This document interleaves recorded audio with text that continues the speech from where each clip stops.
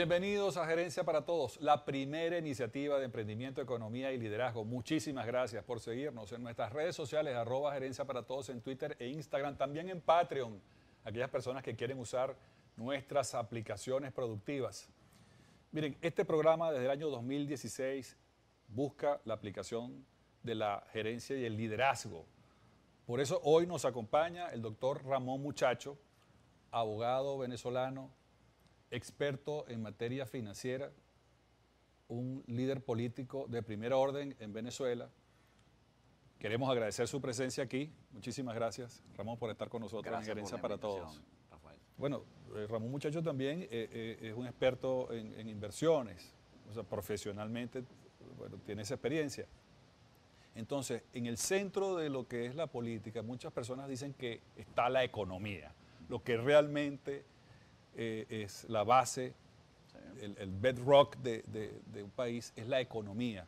Entonces, si tuviéramos que escoger cuál es ese backbone, esa columna vertebral que podría un político de visión tener, atacar puntos estratégicos, ¿cuáles serían esos 2, 3 puntos estratégicos que Ramón Muchacho piensa que un país como Venezuela, como Colombia, como Argentina, como Chile, como México, deben preocuparse con especial foco para conservar o defender o rescatar la democracia? Mira, los temas básicos, tu pregunta nos obliga a hablar de macroeconomía. Los temas macro, la estabilidad macro de nuestros países, que es fundamental y tan difícil de obtener, ¿no? Por ejemplo, una cosa que es básica en nuestros países es la estabilidad monetaria y cambiaria. Nos caracterizamos por tener monedas bueno, el caso de Venezuela, que hemos cambiado el signo monetario 3 veces en los últimos 10 años, le han quitado 8 ceros a la moneda, es casi único en la historia, pero nos caracteriza tener monedas débiles, muy poca estabilidad monetaria y cambiaria. Entonces eso es algo que hay que resolver. Por eso algunos países han recurrido a la dolarización y por eso algunos defendemos la dolarización. Yo creo que la dolarización no es perfecta.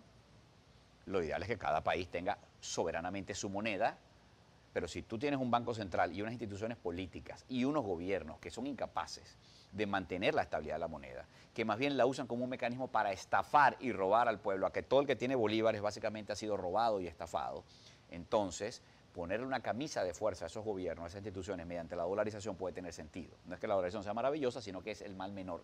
Impide que se hagan otras cosas. De nuevo, Panamá o Ecuador, dolarizados, les ha ido mucho mejor que a otros países de la región que han tenido desbalances. Entonces, tú me dices cosas clave. Un presupuesto equilibrado, evitar esos larguísimos déficits fiscales, en todo caso que los déficits fiscales sean sanos, entre comillas, financiables y que sean para financiar crecimiento, desarrollo, infraestructura, etcétera. Estabilidad monetaria y cambiaria, eso para comenzar. Mientras que no tengas eso es imposible desarrollar un país. Y luego sacarnos el chip de que el Estado produce, el Estado es dueño de cosas. El Estado no es dueño de nada, el Estado es muy malo para producir, el Estado no produce riqueza, la destruye, la consume, la usa. Entonces que el Estado, no podemos tener estados empresarios. El gobierno de Venezuela no puede ser el dueño de las empresas que sacan el petróleo de PDVSA, puede cobrar los impuestos, puede cobrar las regalías. El petróleo puede ser de todos los venezolanos, maravilloso. Pero las empresas que operan el negocio no pueden ser de unos tipos que están en Miraflores y que están haciendo negocios para ellos y que se roban unos reales y no rinden cuentas. Eso tiene que tener unos dolientes y esos dolientes, la única forma de que los negocios y las empresas tengan dolientes es que tengan dueños y esos dueños son los dolientes. Entonces, hay formas, hay esquemas para democratizar la propiedad. Yo sueño con un país de propietarios, donde todo venezolano pueda tener una o dos acciones en PDVSA, donde pueda tener una propiedad que sea de él. Y países también de emprendedores, porque el que emprende primero se da un trabajo a sí mismo y después le da trabajo a los demás. Así es. Entonces genera un clima de prosperidad donde puedes ayudar a los demás. Pero verás que hasta en el tema, mira, hemos tergiversado tanto las cosas en Venezuela por el desorden ideológico y la crisis. Que fíjate el tema del emprendimiento, tema clave. Tú ves el emprendimiento de los países desarrollados. ¿Qué se habla? Por ejemplo, aquí hay unos sitios en donde el emprendimiento, por ejemplo, en tecnología, está San Francisco, Boston, Nueva York. Biomedicina, inteligencia artificial, todo eso es el tema de hoy en día. ¿Y ahí qué se está hablando? ¿Qué se necesita? Educación, las grandes universidades, Harvard, MIT en Boston o Stanford en San Francisco, Palo Alto. Necesitas educación, necesitas fondos, inversionistas. Bueno, todo eso está en esos sitios. Ese es el emprendimiento verdadero que está desarrollando y cambiando el mundo. Investigación y desarrollo. De ahí salen empresas que crean nuevas industrias. Bueno, Uber, que acaba con la industria de los taxis y la cambia, o Airbnb, que sustituye la industria hotelera por otro concepto. Todos los días está pasando eso. Claro. Ahora, en Venezuela hay un tema, está de moda el emprendimiento, pero ¿cuál es el emprendimiento que hay en Venezuela? El emprendimiento que hay en Venezuela es, no hay trabajo. El que tiene trabajo, el sueldo son $2-3 al mes, con eso no puedo vivir, entonces tengo que salir a matar tigres e inventar algo y hacer tortas en mi casa para venderlas para sobrevivir. Entonces, todo el emprendimiento en Venezuela, lamentablemente hoy en día, se basa en que tú haces una cosa de tu casa, matas un tigrito por aquí o por allá, pero es difícil ser un emprendedor que crea una nueva industria, que crea nuevos productos en un país en donde no hay acceso a Internet, o el acceso a Internet está severamente restringido, Sí. donde no hay acceso a capitales, donde cuando tú hablas con un inversionista y le dices, mira, tengo este proyecto para desarrollar en Venezuela y quiero crecer y ir a Latinoamérica, y te dicen, pero montalo en otro país porque yo no quiero poner mi dinero en Venezuela porque no me da confianza y es entendible. Entonces, Claro. lamentablemente, que necesitamos mucho emprendimiento en Latinoamérica, entendiendo el emprendimiento lo que es. Eso, No el emprendimiento- no es matar un tigre de tu casa ni un paseo por la pradera. El emprendimiento debería estar dentro de los planes de cualquier gobierno en Latinoamérica. En un mundo que compite, cada país es un competidor por las inversiones internacionales, por atraer los mejores cerebros, para crear prosperidad, porque en la medida que haya más prosperidad, entonces podríamos pensar inclusive en repartirla, esa Claro, prosperidad, pero primero hay que absolutamente, generarla. totalmente. Entonces, ¿cómo un país, cualquier país de Latinoamérica, puede competir, vamos a decir, un modelo básico Sí. para competir por esos recursos internacionales, donde hay muchísimos inversionistas Claro. internacionales buscando oportunidades de negocio? Así es. ¿Cuál sería esa fórmula para atraer esos inversionistas, atraer también personas de calidad? Sí. ¿Cuál es la visión que Ramón Mira, Muchacho tiene al respecto? De nuevo, Rafael, son temas básicos donde no hay que inventar mucho. Los capitales tienen entre sus particularidades una, que es que son cobardes. ¿En qué sentido? Buscan seguridad y no les gusta el riesgo. Entre más riesgo, mayor retorno buscan. Y hay momentos en que no aceptan el riesgo y salen y se van. ¿Ok? Entonces, los capitales son así, son cobardes. Entonces, ¿a dónde van los capitales y las inversiones? A países seguros, con estabilidad. Por eso Estados Unidos, Europa, los países del primer mundo son grandes receptores de inversiones. Porque hay estabilidad, porque los inversionistas saben que cuando ponen su dinero allí no va a llegar un presidente que en nombre del pueblo se los va a quitar, o mañana va a hacer cualquier locura, sino que son países con cierta estabilidad. Nuestros países no tienen esa estabilidad, pero cuando la logran empiezan a recibir inversiones. Por ejemplo, Chile es un buen ejemplo. Dentro de una región que ha retrocedido, Latinoamérica lamentablemente en estos años ha retrocedido, Chile es un país que en los últimos años ha avanzado en institucionalidad, en fortaleza institucional y ha sido capaz de recibir inversiones, ha sido capaz de atraer talentos. Otro caso, Panamá. ¿Qué era Panamá hace 30 años? Panamá hace 30 años era un país que tenía a un dictador autoritario, que además está en el negocio de la droga, como Noriega, con una economía devastada, un país realmente conocido en el mundo por el canal estratégico, por el canal de Panamá, pero más allá de eso no había mucho. Bueno, pasó lo que sabemos que pasó, los norteamericanos entraron, se llevaron al dictador, se instauró un sistema democrático, se dolarizó la economía y se aperturó. Bueno, Panamá es la economía de mejor desempeño en Latinoamérica en los últimos 20 años, es Panamá.